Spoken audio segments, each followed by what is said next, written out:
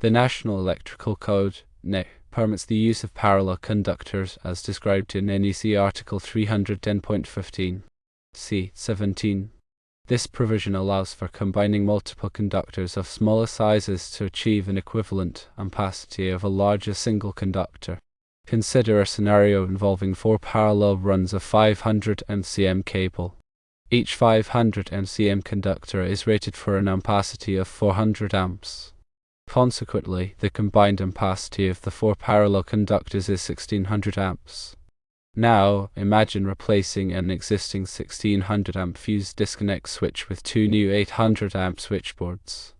This requires reducing the conductor ampacity to accommodate the new switchboard ratings.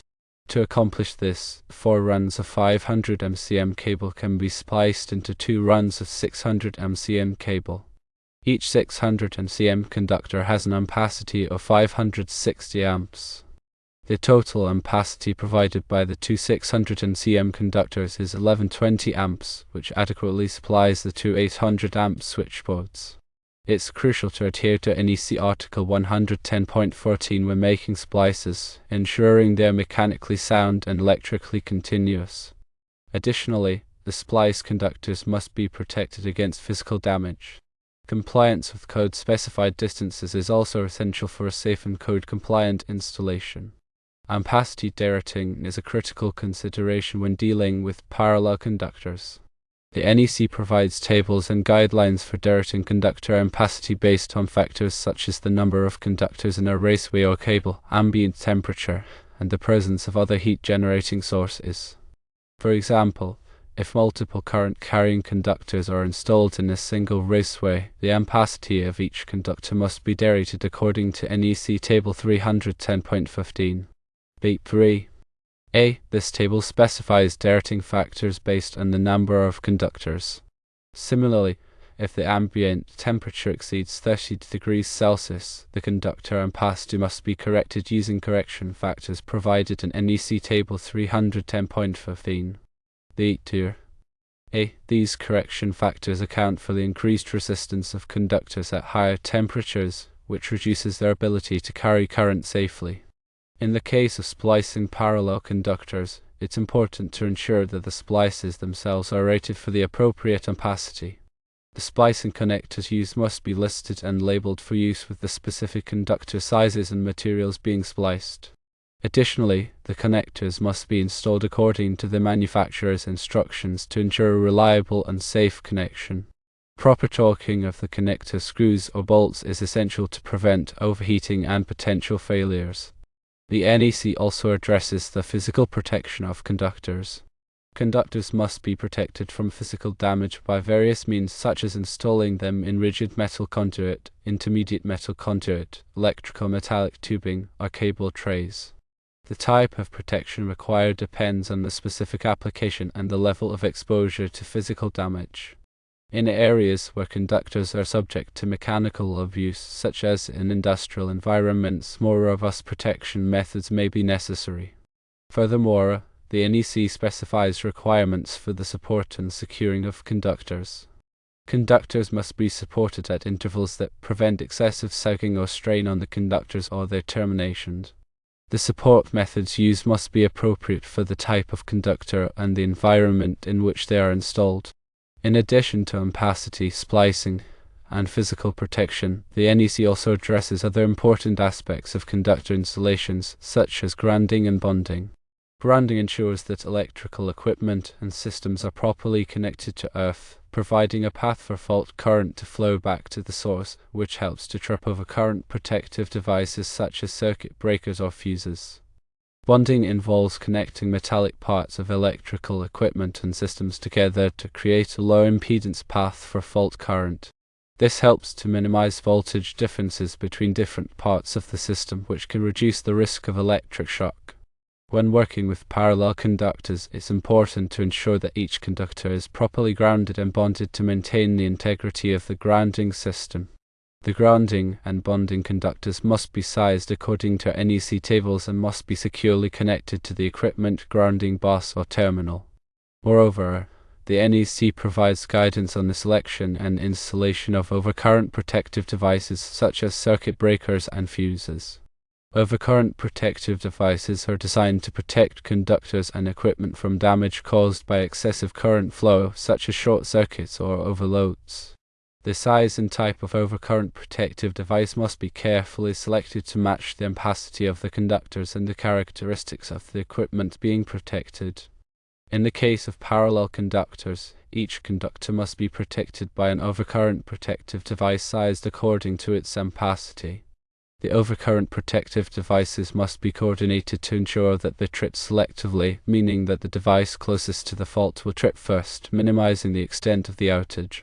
Coordination studies may be necessary to determine the appropriate settings for the overcurrent protective devices to achieve selective coordination. The NEC also addresses the labeling and identification of conductors. Conductors must be clearly labeled to indicate their purpose and voltage. This helps to prevent accidental contact with energized conductors and simplifies troubleshooting. In the case of parallel conductors, each conductor must be identified with a unique identifier to distinguish it from the other conductors in the parallel set. The identifiers must be durable and easily readable. Moreover, the NEC provides requirements for the working space around electrical equipment.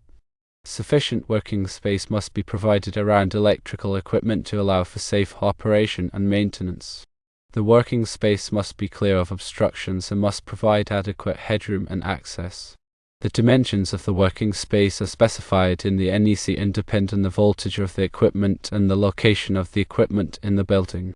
In addition to the general requirements for conductor installations, the NEC also includes specific requirements for certain types of installations, such as those in hazardous locations, healthcare facilities, and data centers. Hazardous locations are areas where flammable gases, vapors, or dust may be present, creating a risk of explosion or fire. The NEC specifies special wiring methods and equipment for use in hazardous locations to minimize the risk of ignition. Healthcare facilities have unique electrical requirements to ensure the safety of patients and staff. The NEC includes specific requirements for the grounding and bonding of electrical equipment in healthcare facilities, as well as for the installation of emergency power systems. Data centers are critical facilities that require reliable and high-quality power. The NEC provides guidance on the design and installation of electrical systems in data centers to ensure that they can meet the demanding requirements of these facilities. In summary, the NEC provides a comprehensive set of rules and guidelines for the safe and reliable installation of electrical conductors. When working with parallel conductors, it's essential to understand and comply with all applicable requirements of the NEC.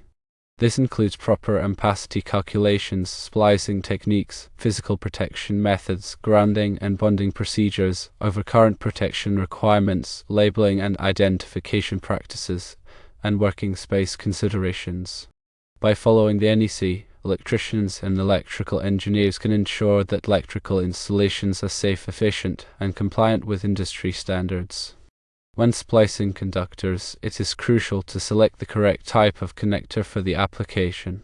Compression connectors, for example, provide a secure and reliable connection by crimping the connector onto the conductor using a specialized tool. These connectors are often used for high current applications where a robust connection is essential. Mechanical connectors, on the other hand, use screws or bolts to clamp the conductor in place. These connectors are typically used for low current applications where a less permanent connection is acceptable.